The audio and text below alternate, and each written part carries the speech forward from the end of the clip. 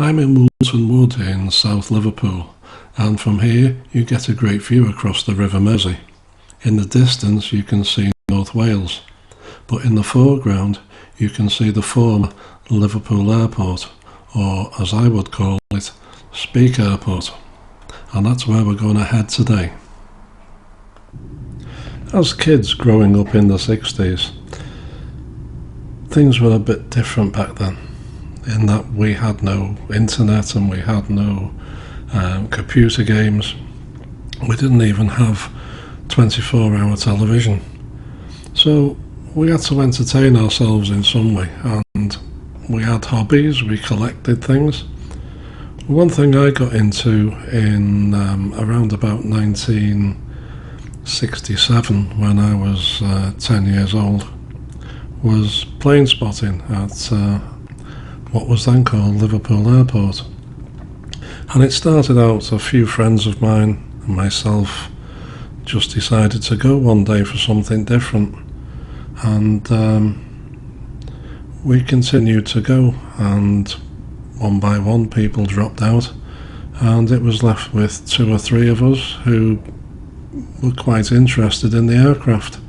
So we would go maybe once a week at the weekend, a Saturday or a Sunday, and spend a few hours there, and during the school holidays as well. It lasted with me till around about being 13, so probably 3 years of being interested in aircraft, and also going round other airports, Manchester, Blackpool, even went to Woodvale, the RAF station, and as far as Heathrow and Luton.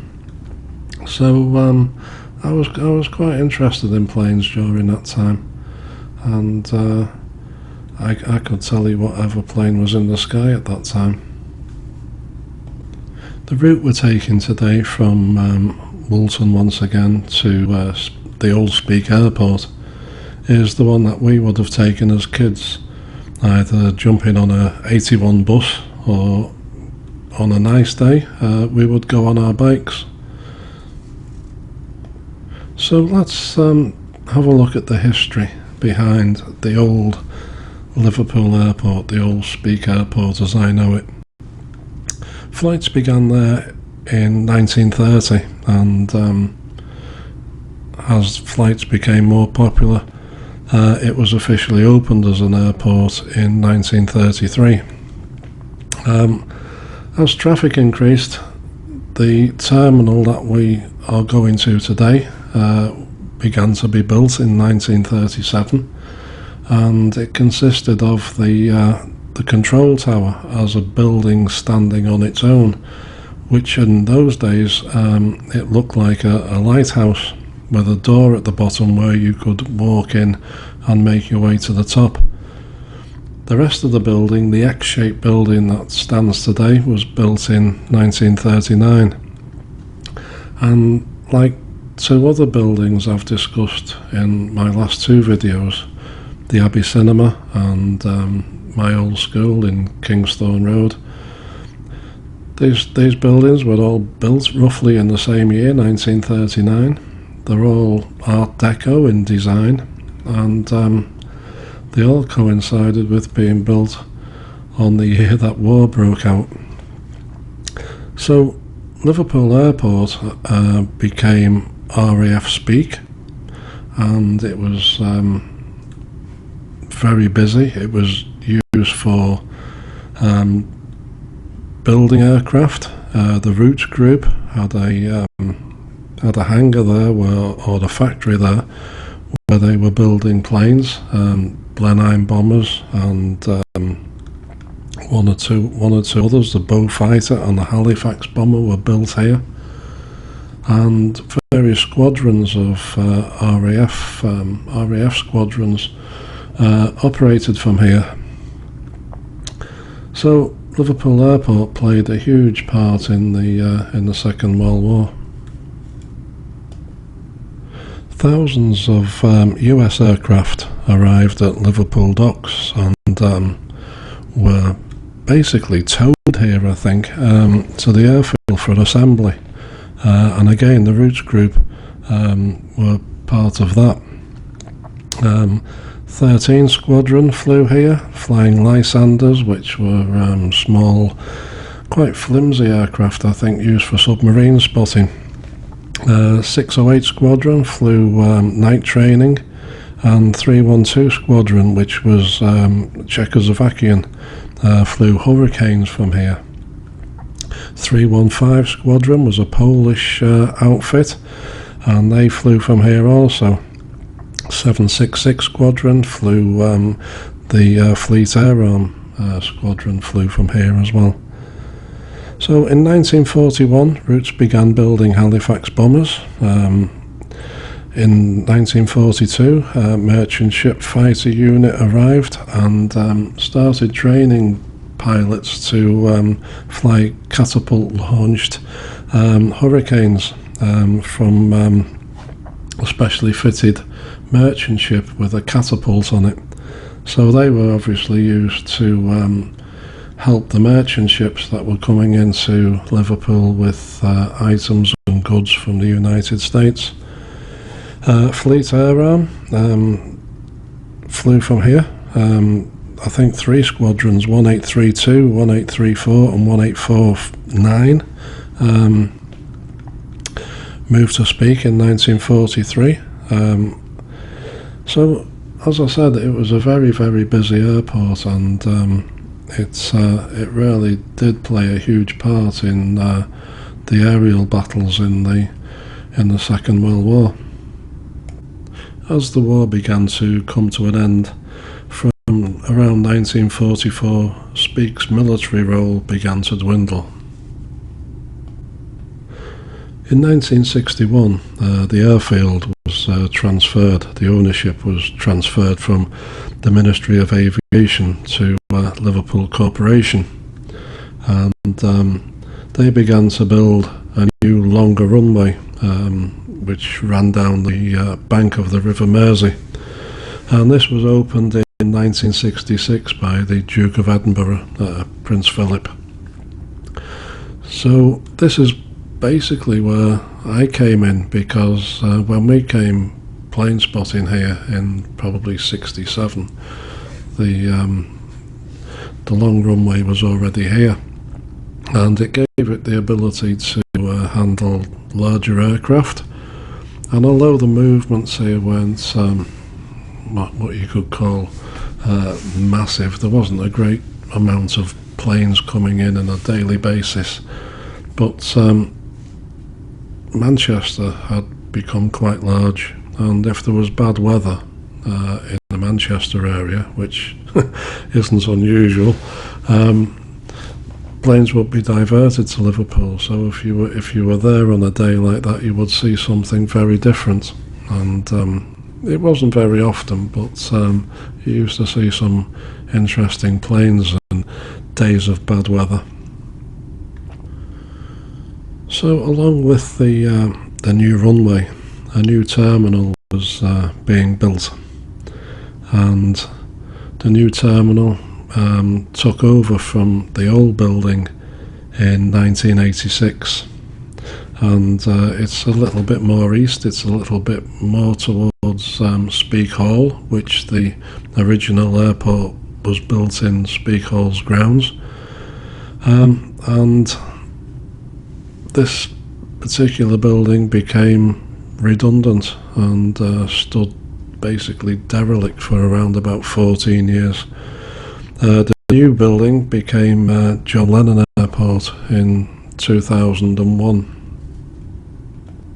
In 2000, the old airport was purchased by a company called Neptune Developments, and a year later in 2001 it opened as a Marriott hotel.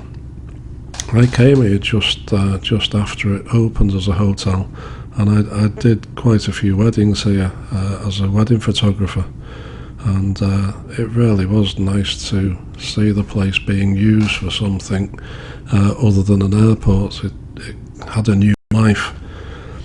Since then, it's been sold to Crowne Plaza. It's now Crowne Plaza Liverpool John Lennon Airport Hotel. The two hangars, which are either side of the terminal building, have got new purposes as well. One is a David Lloyd Leisure Centre, and the other is now the headquarters of the Ferry Group. I think they're like a catalogue clothes company. So if you stand on the apron where the planes used to be and look at the airport, the one on the left is the Leisure Centre, and the one on the right is the Ferry Group. It seems quite strange now that children of our age, we were 10, we could have actually been just a little bit younger and tipped into 9, would make their own way to a place like this for the day on their own. We would get the bus on our own, or we would ride here on our own. I don't think that would happen today somehow.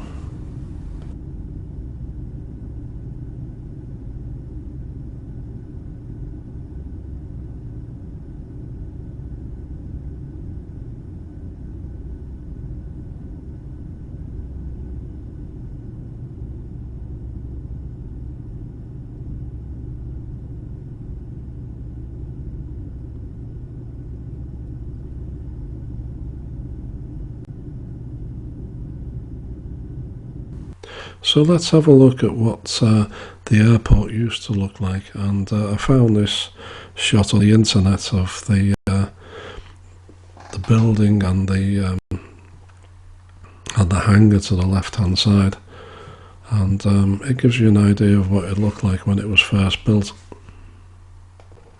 And this is a shot of the matching hangar, which wasn't included in the first photograph.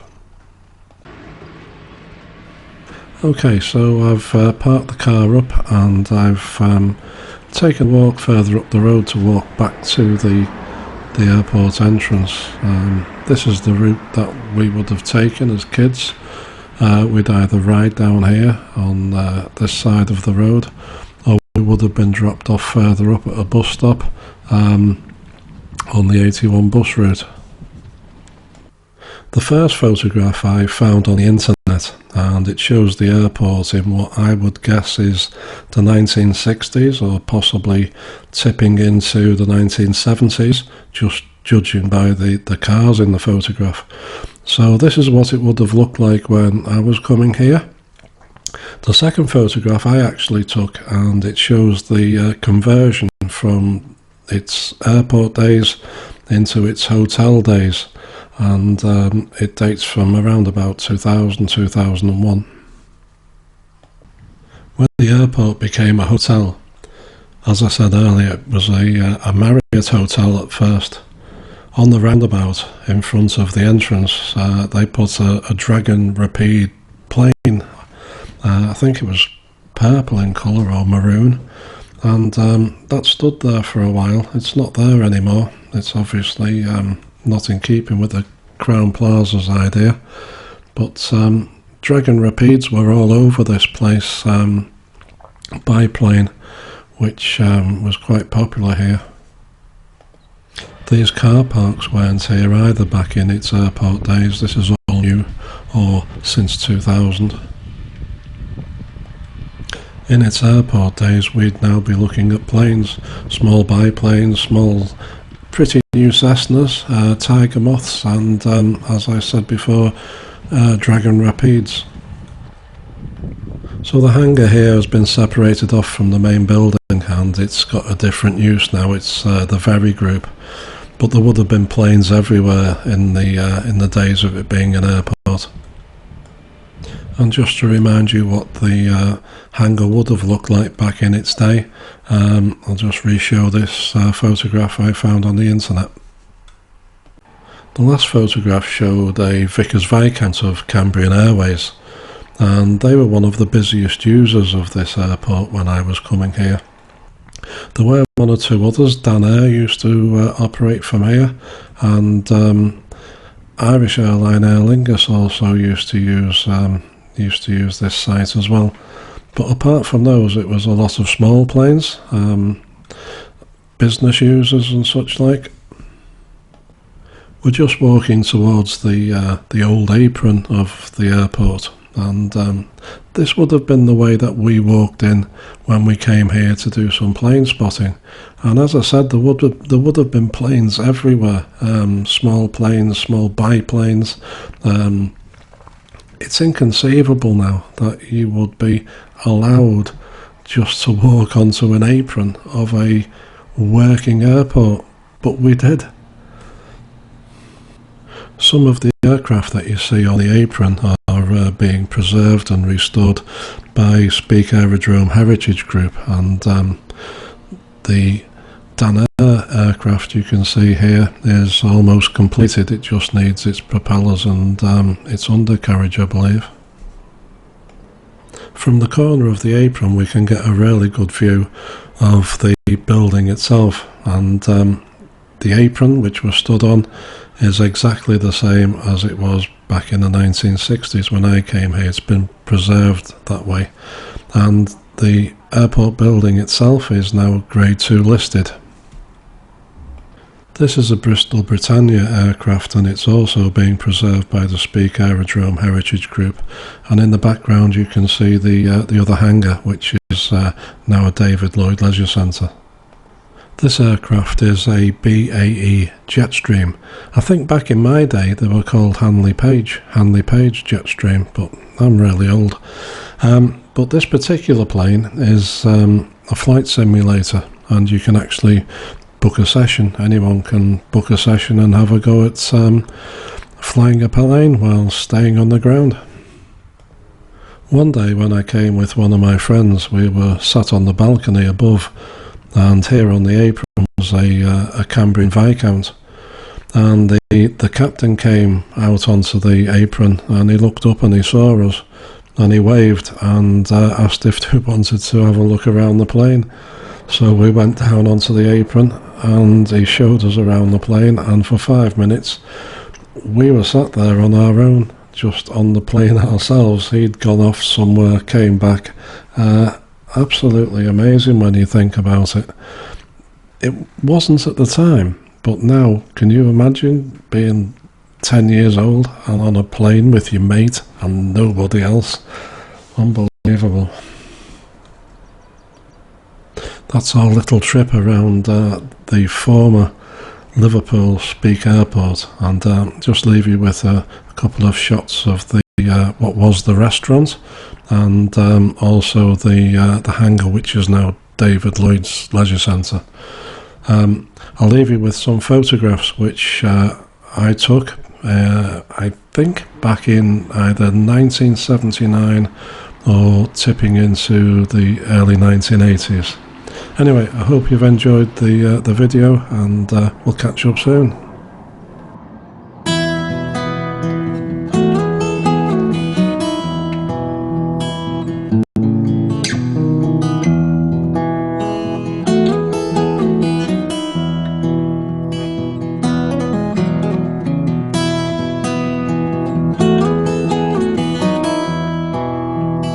you.